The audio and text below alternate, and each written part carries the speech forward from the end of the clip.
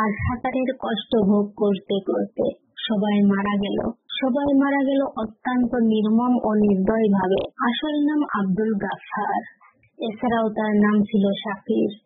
আল্লাহর ভয়ে অত্যাধিক কান্নার কারণে নূহ হলো তার উপাধি।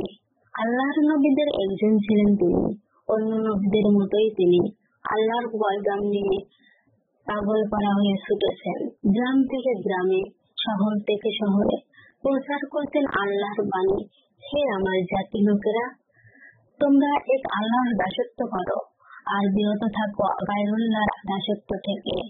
এভাবে চলতে থাকলো বছরের পর বছর, যুগের পর যুগ, শতাব্দীর পর শতাব্দী। সত্যানুসন্ধানকারী ও সত্যানুরাগী লোকের সংখ্যা খুবই কম। ৯৫০ বছর দিনের দাওয়াত দেওয়ার পর দাওয়াতে কবুল করলো মাত্র ৪০ কিংবা ৮০ জন লোক। সত্যি বলতে কি জানেন, দুঃখের বিষয় হলো নিজের ছেলে কিনানি দাওয়াত গ্রহণ করেনি। হতাশ হলেন আল্লাহর নবী। জাতির দুরবস্থার কথা জানালেন নবী তার মহান প্রভু আল্লাহর কাছে। অনুরোধ করলেন নাফরমান জাতিকে ধ্বংস করার। আল্লাহ রাজি হলেন। আর যাই কোথায়, নূহের জাতির লোকের উপর সিদ্ধান্ত হলো আসমানি আযাব প্লাবনের। প্রশ্নের সৃষ্টি হলো ইমানদার মুসলমানরা বাঁচবে কিভাবে?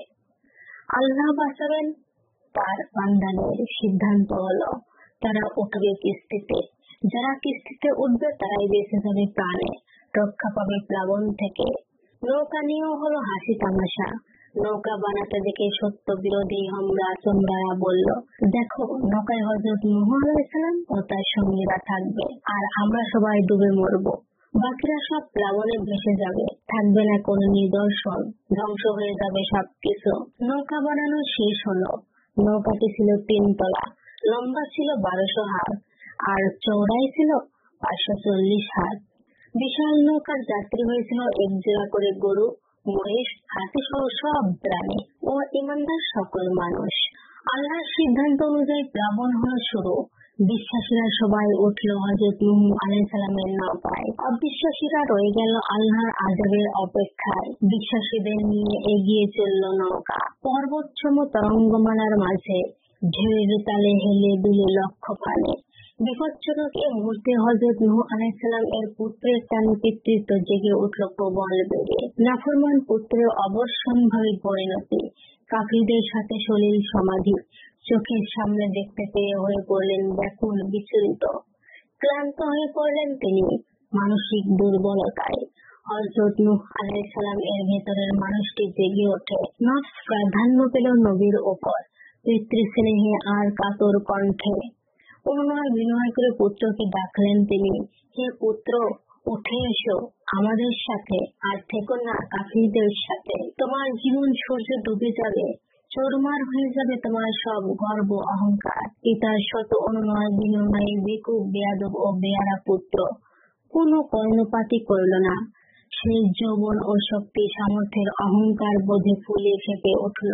শুধু তাই নয়, অত্যন্ত দাম্ভিকতার সাথে বলে উঠল, আমার কিছুই হবে না, অচিরেই আমি কোনো পাহাড়ে আশ্রয় নিব যা আমাকে পানি হতে রক্ষা করবে। পুত্রের দাম্ভিকতা ও কুফরি আচরণের পরও পিতৃস্নেহে ব্যাকুল হয়ে পড়লেন আল্লাহর নবী হযরত নূহ আলাইহিস সালাম। সর্বশেষ আহ্বান জানালেন তিনি, আজ আল্লাহর হুকুম থেকে কোনো রক্ষাকারী নেই, একমাত্র তিনি রক্ষা পাবেন, যাকে মহান আল্লাহ দয়ার আধার দয়া করে রক্ষা করবেন। এরপর যা হওয়ার তাই হলো।